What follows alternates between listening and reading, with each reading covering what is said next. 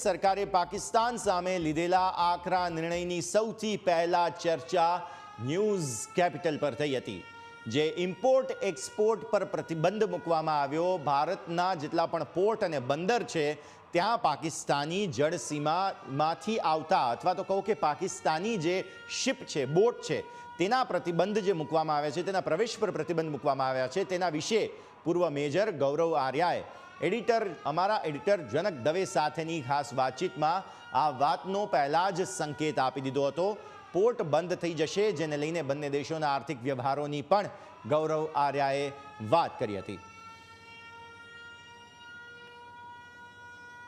આ ખૂબ જ મહત્વપૂર્ણ ઇનપુટ અમે આપને જણાવી રહ્યા છીએ। ગઈકાલે જ અમારી ચર્ચાની અંદર ખાસ આ સંકેત ગૌરવ આર્યા, મેજર ગૌરવ આર્યાએ, પૂર્વ મેજર ગૌરવ આર્યાએ આપેલા હતા। તેમણે સ્પષ્ટ સંકેતો આપ્યા હતા અને આજે જ ભારત સરકારે આ નિર્ણયો જાહેર કર્યા છે। तीसरी चीज साहब जो बड़ी इंपॉर्टेंट है, पोर्ट्स बंद होने वाले हैं। जो आपके होम स्टेट गुजरात में पोर्ट्स हैं, बड़े बड़े बिल्कुल बड़े बड़े ports which are amongst the largest in the world, वो पाकिस्तानियों के लिए भी बंद होने वाले हैं। 2-3 दिन के अंदर वो भी बंद हो जाएंगे। तो इनको इससे होगा क्या, मैं आपको बताता हूँ। अब आप बोलेंगे साहब वो तो हमारे बंदे मार रहे हैं और हम यहाँ पे पोर्ट बंद कर रहे हैं, हवाई जहाज बंद कर रहे हैं, हम क्यों नहीं मार रहे। ये भी एक बयानिया चल रहा है पब्लिक में। मैं आपको बताता हूँ कि मार ऐसी पड़नी चाहिए कि पुश्तों तक याद रहे कि हाँ मार पड़ी थी उसने। આ વિશે વધુ વાતચીત કરીએ। ન્યૂઝ કેપિટલ ગુજરાતના મેનેજિંગ એડિટર જનક દવે આપણી સાથે જોડાઈ રહ્યા છે।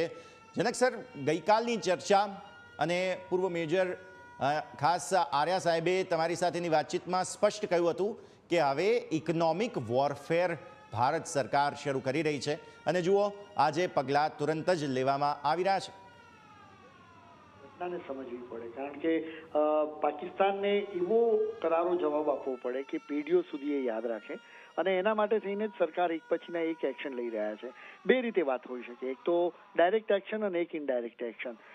ઇનડાયરેક્ટ એક્શનના ફોર્મમાં આ જે નિર્ણયો જે છે કે જે પોર્ટ પરના જે જહાજો આવવાના છે એ જહાજોને આવવાના બંધ કરી દેવા। તમે સમજો કે પાકિસ્તાનની અંદર પણ એ જે જહાજોથી માલ સામાન બીજા દેશોમાં પહોંચતો હોય અને વાયા ભારત થઈને જતો હોય।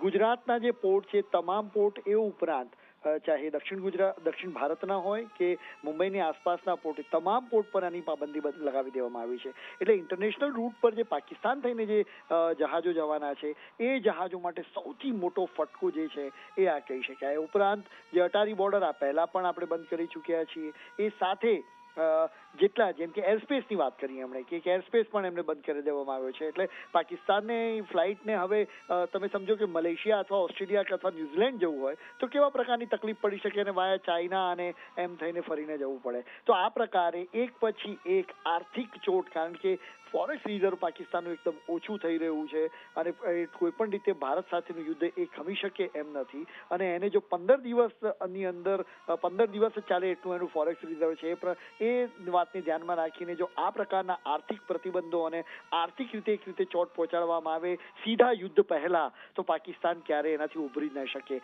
આ જ વાત કાલે મેજર આર્યાએ પણ કહી હતી। આ જ વાત કહેતા કહેતા એમણે કહ્યું હતું કે गुजरातना पोर्ट खास करके हमने कहूँ तो कि आपके गुजरात से जो पोर्ट है उन पोर्ट पर ये पाबंदी आएगी। सबसे पहले तो इसका सीधा असर पाकिस्तान को होगा और लोग सड़कों पर उतरेंगे। भूखमराની સ્થિતિ આવે એ પ્રકારની સ્થિતિ સર્જાશે। એ અત્યારે નહીં, પરંતુ આગામી 15 થી 20 દિવસમાં જ્યારે પુરવઠો ત્યાં સુધી પહોંચવાનો બંધ થઈ જશે ત્યારે આ થશે। એટલે આર્થિક રીતે એની એવી ચોટ પહોંચાડવાઈ કે એ આગામી 1 દશક સુધી ઊભું ના થાય એ પ્રકારની એક રણનીતિ ભારત સરકાર દ્વારા લેવામાં આવી રહી છે ને એ જ વાત ગઈકાલે આપણી સાથે જે ઇન્ટરવ્યુમાં મેજર ગૌરવ આર્યાએ આપણી સાથે કરી હતી। બિલકુલ જનક સર, ખૂબ ખૂબ આભાર આપનો અમારા સાથે જોડાવા માટે।